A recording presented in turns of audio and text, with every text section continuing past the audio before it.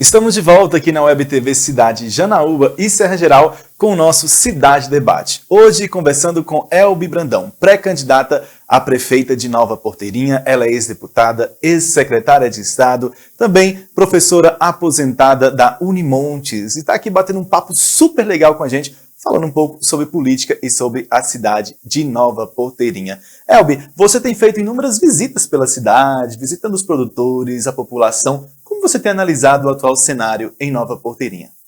Olha, Léo, a vida é a força dos contrários, né? Você tem que sempre ver o diagnóstico, mas você tem que ver assim, a beleza das coisas também.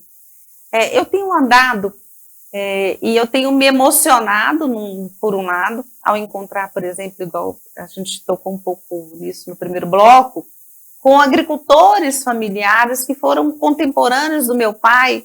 E aí eu tenho visto assim, as famílias de uma forma maravilhosa. Tem pessoas que começam a chorar quando me veem, lembrando do meu pai. Porque na época de Brandão, o produtor não tinha que preocupar com casa, com semente, com trator, ele tinha que preocupar em produzir, porque o resto tudo a cooperativa dava um jeito, a Covag, que graças a Deus hoje está se reerguendo, e a gente só pagava na colheita, na hora da comercialização, né? Por outro lado, está me apavorando ver o diagnóstico, ver a situação da saúde, da educação, do desenvolvimento social, do desenvolvimento econômico, das urgências que nós temos, do não acompanhamento e do não entendimento das instituições maravilhosas que nós temos no município, né? Então, entre um diagnóstico crônico que cada vez justifica mais esse meu retorno, não de amor ao poder de cadeira, porque não tem amor ao poder da cadeira, né? Mas eu estou vendo de forma missionária, como uma missão para servir o meu povo. Eu estive, por exemplo, num evento, eu tenho estado em evento na casa das pessoas, no campo, na comunidade urbana também. Eu estive num evento maravilhoso promovido por alunos de direito da FAVAG sobre a questão do autismo, né?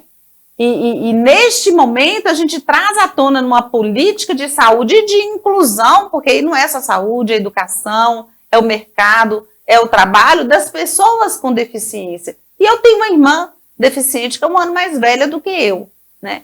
E a minha filha tem levemente um transtorno de TDAH e a gente estava discutindo sobre o autismo. Olha que riqueza, né? Que a gente tem uma faculdade do Vale do Gurutuba, né, cheia de conhecimentos, cheia de projetos de extensão e cheia de pessoas com vontade de servir e que não é usufruído pelo poder público, só fica usufruindo para poder pagar imposto. Eu vou transformar, por exemplo, o imposto pago pela FAVAG, claro que é aprovado pela Câmara Municipal, que nós teremos um belo relacionamento com a Câmara Municipal, porque eu fui deputada, então eu respeito o vereador e respeito a instituição, Câmara. Mas transformar o ISS da FAVAG em prestação de serviço para o município. Prestação de serviço de projetos de arquitetura. Imagina se um casal que começa a construir uma casa, ele já tem o apoio de ter um projeto bacana para ele. Se a casa dele ficar bacana, o município vai ficando. Os nossos espaços vão ficando bacanas. Lá tem direito, lá tem arquitetura, lá tem administração, lá tem uma série de cursos. E junto com ela também as outras instituições. A nossa EPAMIG é um ouro. E que ela não é vista como esse diamante que ela é para o desenvolvimento da região. Por isso que eu estive com a presidente da EPAMIG. Estamos caminhando para transformar a EPAMIG de Nova Porteirinha num centro de referência hoje de energia sustentável. A gente está falando do agrofotovoltaico, de todas essas possibilidades. Será que as pessoas sabem que a EPAMIG, ela tem uma pesquisa que ela fez do umbu, nosso umbu que a gente tanto gosta, né? Diminuiu o caroço, aumentou a massa. Ele agora virou mais do que nunca uma atividade produtiva competitiva, né? A Embrapa está aqui. E aí a gente tem uma série de instituições que estão prontas. Falta o quê? Qual é o papel do governante que senta na cadeira que eu estava falando com você? Juntar todas as instituições para a gente ter um objetivo único. A promoção do desenvolvimento econômico e social de Nova Porteirinha. E isso é possível da gente fazer de forma coletiva. Para isso também a gente pretende criar, a gente vai falar um pouquinho mais à frente, a Secretaria de Desenvolvimento Econômico e uma extraordinária de governança para o desenvolvimento. E eu vou explicar um pouquinho o que é governança. Sobre o seu plano de governo, Elbe, como ele está sendo montado, quais áreas de atuação terá aí o seu plano de governo, caso eleita a prefeita de Nova Porteirinha?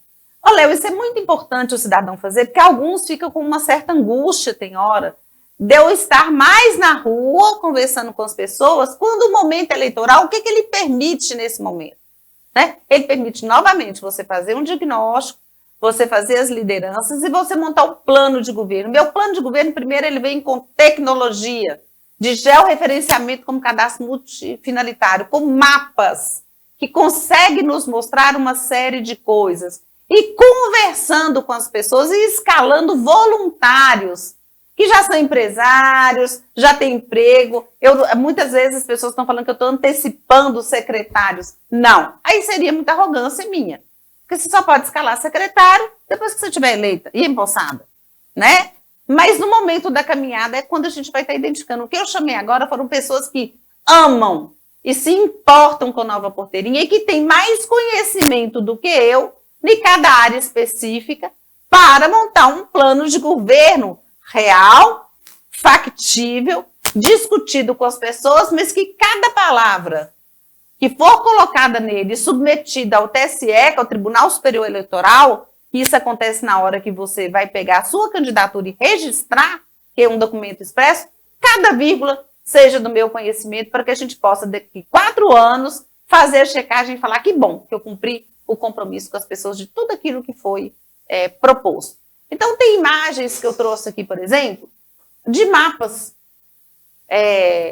da população, dos nossos mapas territoriais, e tem um que me impressionou. Esse daí, por exemplo, ele coloca quantas pessoas estão vivendo no espaço.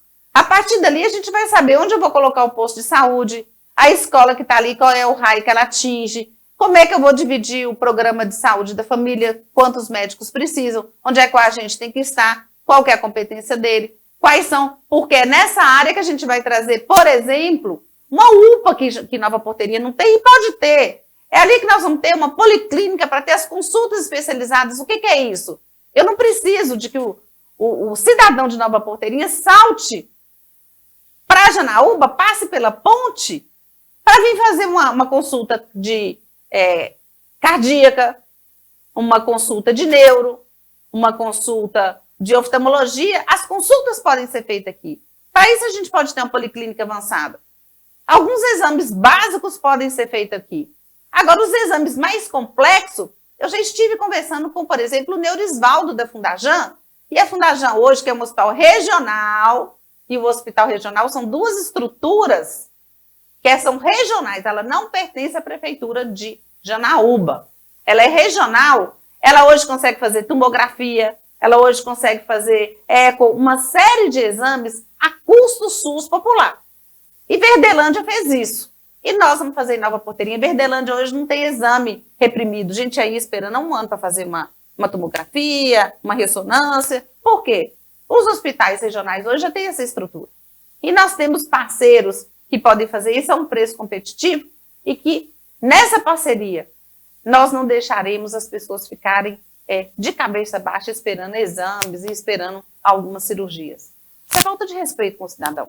E nós vamos trabalhar uma política de saúde e educação que ela frise o respeito e a formação do capital humano, do ser humano, para que ele possa se transformar em um empreendedor e com inovação, ele virar empresário, ser startup, ser o que ele quiser. Que a gente vai falar um pouquinho mais à frente sobre a questão do jovem, que é muito importante. Esse mapa aí mostra ali, olha lá para vocês verem, onde está a nossa barragem do Bico da Pedra, que tem 10.000 hectares.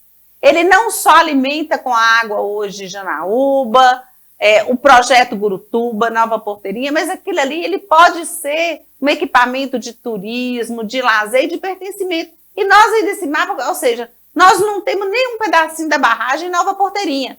Esse vai ser uma das coisas que nós faremos juntos, que é alterar a geografia do município de Nova Porteirinha para a gente ter, pelo menos, um pedaço da barragem, olha ali, num alinhamento para Nova Porteirinha. E aí o poder público pode usufruir disso. Como é que ocorre esse processo? Ele é complicado, Elbi? Não. Você precisa aprovar na Câmara de Porteirinha, autorizando essa alteração, que para eles já é ali o fim do município, né? E eles querem o desenvolvimento de Nova Porteirinha e da Câmara de Nova Porteirinha. No que as câmaras aprovam essa alteração de território, a gente vai no órgão competente e só informa. Então, não há dificuldade nisso. E nós poderíamos fazer uma série de coisas, né? Ali a gente pode desenvolver uma série de atividades para o cidadão e também o lazer. O lazer, por que não? Né? Elbi, sobre a geração de emprego, como você encara isso hoje em Nova Porteirinha, visto o último censo, que ao analisarmos nós observamos que Nova Porteirinha tem perdido muitos moradores, né? Muitas pessoas estão migrando para outras cidades. Como encarar isso, principalmente para a valorização do jovem? Olha, Léo, eu quero entender por que nós perdemos 9% da população. Janaúba teve um crescimento de 5%. E quero entender também por que agora na base eleitoral nós tivemos um aumento de 22%. Nós estamos com 6.150 eleitores, 6.700 habitantes. Qual que foi esse movimento que eu espero entender?